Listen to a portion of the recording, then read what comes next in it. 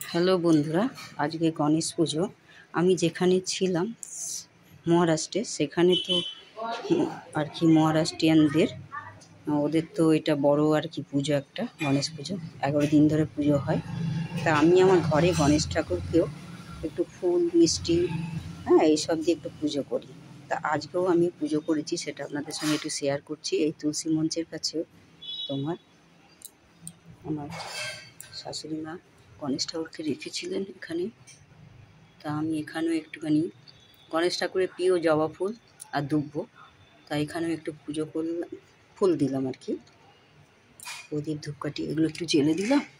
এবার চলুন একটু ঘরেও একটু পুজো করেছি।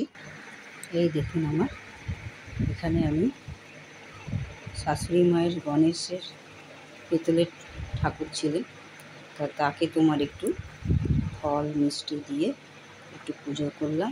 এই দেখুন, এই হচ্ছে। তা আমি যেখানে ছিলাম সেখানেও আমার গণেশের ঠাকুর আছে, ফটো আছে, তা সেগুলো আনা হয়নি। তা আমি এখন এখানে যে ঠাকুর আর কি গণেশ ঠাকুর আছে তাকেই আমি একটু পুজো করলাম। এই দেখুন, আর গণেশের প্রিয় হচ্ছে মোদক। তা মোদক আমি মাঝে বানাই, ময়দারও বানাই আর মিষ্টিরও পাওয়া যায়। আর মিষ্টি এখানে মোদক যা ছিল আর কি নিজে একটু বানিয়ে দিলাম। আর লাড্ডুও গণেশ ঠাকুরের প্রিয়, জবা ফুল দুব্বো এগুলো খুব, আর হলদে ফুল এগুলো গণেশ ঠাকুরের প্রিয়, হালুয়া লুচি এসবও প্রিয়। আর শিব পার্বতীর সঙ্গে যদি কোনো দিন আপনারা গণেশ আছে সেরকম ফটো যদি পান, অবশ্যই বাড়িতে রাখবেন। আমার আছে, আমি যেখানে ছিলাম সেখানে রয়েছে ফটো। আমি এর আগেও আমি দেখিয়েছি, আবার আমি দেখাবো। তা আমার এখানে এই শিব ঠাকুর এরকম ছিল, মা দুর্গার, শিবের, তাদের সঙ্গে যদি গণেশকে দেখেন এরকম কোনো ফটো, সে ফটো অবশ্যই আপনারা রাখবেন। এই হচ্ছে, আমি তা পুজো করলাম, সেটা আপনাদের সঙ্গে শেয়ার করলাম যতটুকু পারলাম। কোনো নিয়ম কানুন কিচ্ছু নেই, এমনি আমি ঠাকুরের সামনে সব ধরে দিলাম। এই আমার গোপালও আমার আছে, তাকেও একটু দিতেই হবে। তবে গোপালের একটা কাহিনি বলি। এই যে জবা ফুলটা দেখছেন পিঙ্ক কালারের, এর আগে গাছে হয়েছিল, বৃহস্পতিবার দিন ছিল সেদিন। তা আমি কি করেছি, সেই ফুলটা আমি বলতাম যা ফুল গাছে প্রথম হয় সেই ফুলটা আমি এই গোপাল ঠাকুরের কাছে দিই। কিন্তু এইবারে কি করেছি, প্রথম দুবার গাছে ফুল হয়েছিল আমি তুলিনি।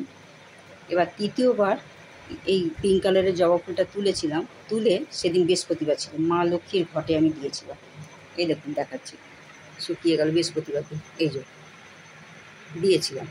তখন আমি এই ফুলটা দিতে দিতে আমার এই গোপালকে বলছিলাম যে গোপাল ঠাকুর, তোমাকে এর পরের বারে যখন জবা ফুলটা হবে তখন তোমাকে বলবো, এই বলেছিলাম। কিন্তু পরের বারে যখন কুঁড়ি এলো গাছে, দেখছি একটা শুঁয়োপোকা বসে পাতা এই পাবড়িটা একটুখানি খেয়ে নিল।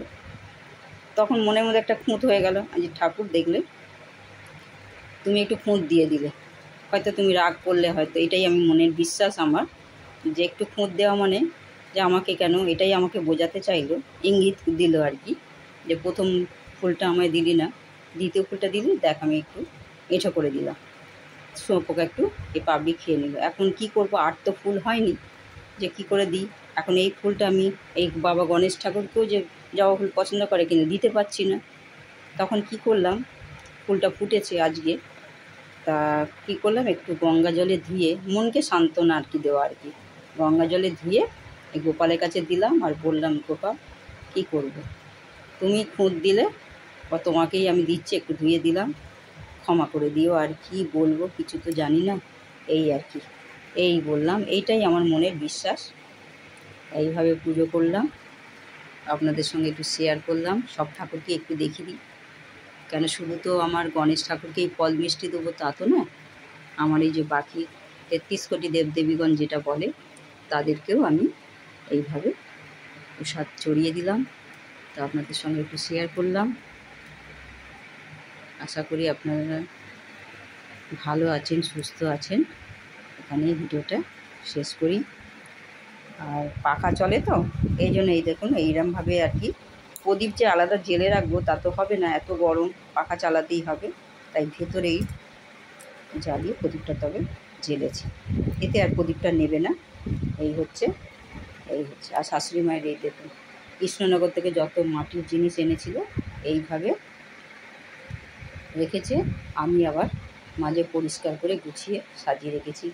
অনেক আবার আছে আলাদা জায়গায়। সবাই ভালো থাকুন।